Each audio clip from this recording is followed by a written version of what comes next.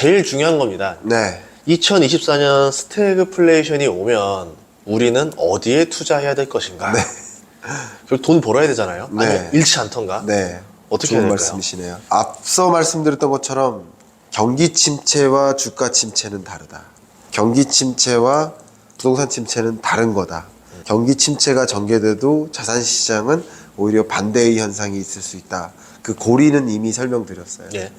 그러면 이제 주식 시장에서도 어떤 주식인지 아니면 어떤 자산에 우리가 관심이 있어야 될지 하나하나 말씀드려야 될 것 같은데, 그냥 1번으로 제가 그냥 의견을 드리고 싶다면 알타시아입니다. 아, 인도. 네, 인도를 포함한 인도, 인도네시아, 그리고 필리핀, 베트남 이런 지역을 포괄하는 ETF 투자 상품은 조금 적극적으로 추천을 드리고 싶습니다. 아, 세계 경제가 어쨌든 성장률로 봤을 때 23년보다도 24년이 안 좋아요. 네. 그리고 23년 올해는 22년보다도 안 좋아요. 네. 성장률이 계속 떨어지는 거예요.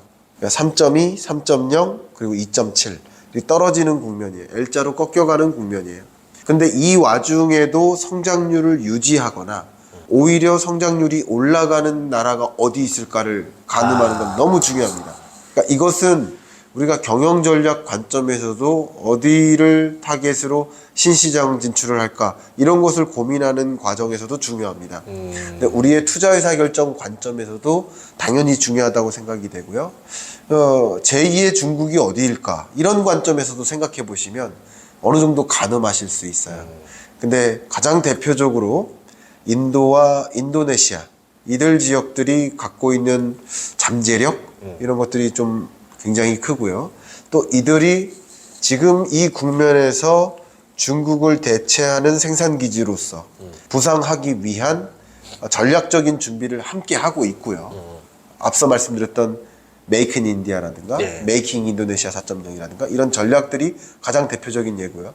지금은 부족하지만 생산기지로서 되기에는 지금은 부족하지만 이런 부족한 부분들을 채워서 중국보다 나은 생산기지를 만들겠다라는 방향으로 움직이는 거죠.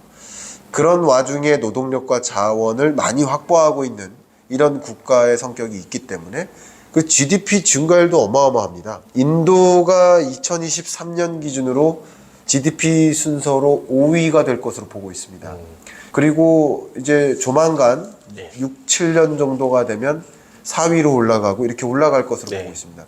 그럼 이제 미국, 중국, 인도가 돼요. 그러니까 그런 식으로 이 경제 성장률이 굉장히 빠르기 때문에 6%대의 성장률을 유지하고 있기 때문에 이런 성장률은 이미 GDP 규모가 큰 편인데 이 성장률이 계속 유지되면 유지될수록 그만큼 중산층이 늘어난다는 뜻이에요. 예. 생산 기지로서의 의미가 아니라 시장으로서의 의미도 굉장히 커요. 중산층이 되면 집도 사고 차도 사고 가전제품도 사니까. 네.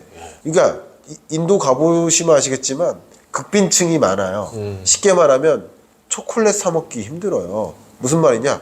배고픔을 달래야 되는데 무슨 소위 사치제를 먹어요. 그렇죠. 근데 중산층이 두터워지는 거예요. 거기에 생산기지가 깔리고 산업이 저변에 깔리면서 또 인프라 건설하면서 자연스럽게 중산층이 늘어나면 소위 기후식품 수요가 늘어요. 커피나 초콜릿 이런 기후식품 수요. 기후식품 수요가 늘어날 만큼 그 나라가 시장으로서의 그게 기후식품이 굉장히 재밌게도 시장으로서의 가치로서 부상하는가를 판단하는 근거 중에 하나예요. 아. 네, 그래서 예. 왜냐하면 말씀드렸지만 그 저소득층일수록 예. 쉽게 말하면 쌀밥만 먹는 거예요. 예. 근데 고소득층으로 갈수록 골프 치고 스포츠 즐기고 오락 뭐 영화 보고 이렇게 한단 말이죠. 이런 식으로 기호식품 중에 그런 커피와 초콜릿 같은 것에 소비 지출이 늘어나는 것, 그 현상이 이 나라가 소비 시장으로서도 의미가 있어지는 그런 경로에 있다고 볼 수 있어요. 그렇기 때문에 생산 기지로서의 의미와 소비 시장으로서의 의미를 갖고 제2의 중국으로서 부상할 수 있고, 지금 중국의 인구보다 인도의 인구가 많고 예. 그리고 이 인구가 많아진다, 앞으로도 늘어난다는 것은 젊은 인구가 많다는 뜻이에요. 근데 중국은 이미 고령화가 진전되고 있는데 네.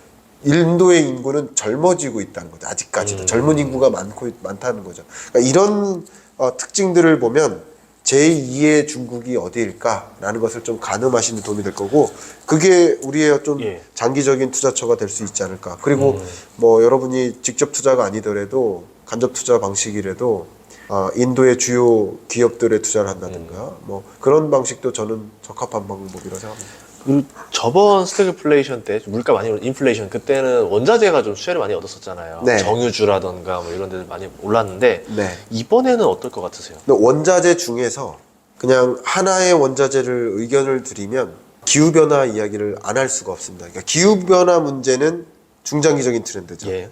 근데 24년 만에 주된 트렌드가 하나 있어요. 이걸 트렌드라고 표현할 수는 없지만 악재가 하나 있어요. 그게 very strong 엘니뇨예요. 엘니뇨가 그냥 엘니뇨가 있고, 슈퍼엘니뇨죠. 예. 예. 그게 언론 표현이에요. 아. 슈퍼 엘니뇨가. 예. 기상과학자들은 엘니뇨, 스트롱 엘니뇨, very strong 엘니뇨. 그리고 weak 엘니뇨까지 예, 있어요. 예. 그러니까 단계가 이렇게 있습니다. 다 엘니뇨인 거예요. 네. 근데 very strong 엘니뇨 요 레벨을 이 언론에서는 슈퍼 엘니뇨라고 표현하는 거예요. 저도 책에다 슈퍼 엘니뇨 이렇게 표현했는데, 이렇게 강한 엘니뇨가 찾아오면 역시 어떤 특정 지역에는 가뭄이 퍼지죠. 가뭄이 지금 미국이나 유럽 이 국가들의 가뭄이 이미 쭉 퍼졌어요. 예, 맞아요. 가뭄이 퍼지면 농산물 공급량이 줄어요. 수확량이. 그렇죠. 그래서 밀, 콩, 옥수수 3대 식료품 원자재 공급량이 줄어들어요. 그러니까 이런 것들이 엘니뇨가 찾아옴에 따라서 식량이 위기가 오고 안타깝지만 많은 사람들이 좀 힘들어지는 국면일 텐데, 식료품 원자재 가격이 오를 것임에는 분명한 사실이지 않을까. 그래서 very strong 엘니뇨라는 기후적인 문제를 생각해 보면 원자재라는 관점에서 이런 3대 식료품 원자재, 특히 이제 밀 예. 이런 원자재 가격이 좀 상승세를 유지할 수 있겠구나. 이 22년에도 공급 부족 때문에 또 가뭄과 메뚜기 떼 출범과 뭐 이상 기후 현상 때문에 식료품 가격이 역사상 정점을 갱신한 적이 있어요. 그 지점을 또 올라설 수도 있겠다. very strong 엘니뇨가 실제 찾아온다면 그럼 헤드라인 CPI도 올라가는 거 아니에요? 올라가죠. 그게 가장 큰 문제예요. 아까 제가 물가가 안정되는데 방해를 주는 여러 요소들이 있다고 했는데 그 중에 하나가 엘니뇨예요. very strong 엘니뇨가 찾아오면, 심지어 지금은 제가 3대 원자재 중에 식료품 원자재 바스켓을 지금 말씀드렸습니다만, 나머지 원자재, 에너지 원자재나 광물 원자재도 사실은 엘니뇨의 영향을 받아요. 왜냐면 첫 번째, 이 광물 자원, 철, 비철금속, 니켈, 구리, 리튬, 여러분들이 생각하시는 2차 전지 핵심 소재들, 반도체 핵심 소재들, 이거 다 광산에서 나요. 맞아요. 근데 엘니뇨 찾아오면 산사태일거든요. 저 홍수 나서 잠긴 적도 있었잖아요. 중국은. 그러니까 조업이 제대로 안 된다는 거예요. 예. 그럼 생산 차질이 있어요. 가격이 올라갈 수 있죠. 그리고 에너지 원자재도 약간 비슷한, 광구의 비슷한 현상, 조업 활동이 제대로 안 된다든가 하는 일도 있고요. 또 이상기후 현상은 에너지 수요를 늘려놓잖아요. 에너지 수요는 의외로 우리가 생각하지 못한 그 여러 곳곳에서 이상기후 현상에 큰 충격을 받는 경우가 많더라고요. 예를 들면 책에도 그런 걸 썼는데, 정수기에 들어가는 플라스틱 부품을 납품하는 중소기업인데 예. 이게 온도에 엄청나게 민감해요. 그러면 이게 이 플라스틱 공법으로 제조를 하지만 예. 이게 뒤틀림이 생기다든가 이런 일이 생겨요. 불량이 왜? 나오는구나. 미세하니까. 예. 그리고 금형 제조 회사들, 금형 제조 회사들도 역시 적정 온도를 계속 유지를 해야 돼요. 적정 온도를 유지해야 되는 그런 제조업체들이 의외로 굉장히 많습니다. 예. 그러니까 그러면 이상기후 현상이 오면 적정 기온을 유지하기 위한 비용이 더 들겠죠. 전기료도 많이 들죠. 에너지 더우면 에어컨 더 많이 틀잖아요. 그러니까요. 그런 현상들이 결국 에너지 가격, 그러니까 3대 원자재 바스켓에 걸쳐서 very strong 엘니뇨는 이게 물가 상승 압력이 작용될 수밖에 없는 요소라고 생각합니다. 한마디로 2024년 하필 이 타이밍에 왜 엘니뇨까지 오냐 이렇게 봐야 되겠네요. 그렇죠. 지금은 기상과학자들이 24년 12월에 겨울에 very strong 엘니뇨가 올 가능성이 90% 정도로 추산하고 있습니다. 안 오길 바라지만 올 때 어떻게 해야 될까라는 것을 대응을 해야 될 거라고 생각이 되고요. 지금 90%라고 기상과학자들이 주목을 하고 있는 만큼 그러면 그것이 분명히 어떤 영향을 줄 거다라고 가늠하시고 의사결정을 해야죠. 그런 면에서 원자재 물어보셔서 답변 드립니다. 아, 이런 면에서 최악의. 그 주식 같은 경우도 그러면 좀 이때 지금 아예 투자를 좀 피하는 건 어떻게 생각하세요? 뭐 중간 발작이 올 수도 있을 거고. 네. 아니면 뭐 어떤 사람들은 숏을 사라 뭐 이런 사람도 있었던 것 같은데 뭐 일단은 예, 주식 비중을 줄일까요? 네. 아니면 현금만 들고 있는 게 나을지 아니면 아예 하락까지 베팅을 해야 될지. 네, 저의 의견을 좀 드리면 어쨌든 이 셧다운이라는 과제, 불확실성 덩어리가 완전히 해소되지 않은 상황에서는 주식 비중을 늘리는 건 좀 위험하다고 생각을 합니다. 그래서 셧다운이 실제 발생해도 역시 또 한 번 조정이 있을 수 있고 또 신용등급 강등 때문에 또 한 번 조정이 있을 수 있고 하니까 단기적으로는 주식 비중을 늘리는 게 맞을까 하는 저는 의문을 갖고 있어요. 그런데 제가 앞서 말씀드렸던 것처럼 이런 일들이 지나가고 나서 또 기준금리 인하에 대한 가능성이 높다라고 시장이 기대감이 집중되는 그 지점이 앞에 말씀드렸던 인하가 시작된다라고 본다면 24년 4분기 정도, 네. 그로부터 한 6개월 전, 그 정도 전쯤에 기대감이 막 무성해질 건데 그 지점의 주식 비중을 다시 늘리는 것도 늦지 않다. 왜냐하면 그런 일들이 우당탕탕 있을 때 시장을 떠나요. 근데 또 기대감이 있을 때 시장에 다시 그 돈이 또 들어오죠. 또 들어와요. 예. 그때 같이 들어오는 거죠.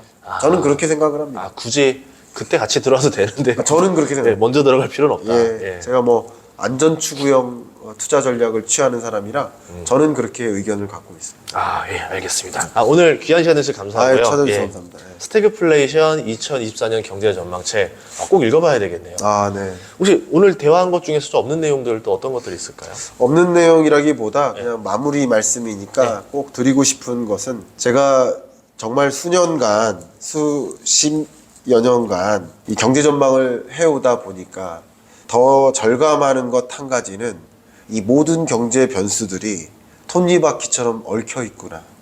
어떤 톱니바퀴는 작기도 해요. 어떤 톱니바퀴는 크기도 해요. 그래서 굴러가는 속도가 차이가 있을 수도 있어요. 여기는 먼저 굴러가고 여기는 뒤늦게 굴러갈 수도 있어요.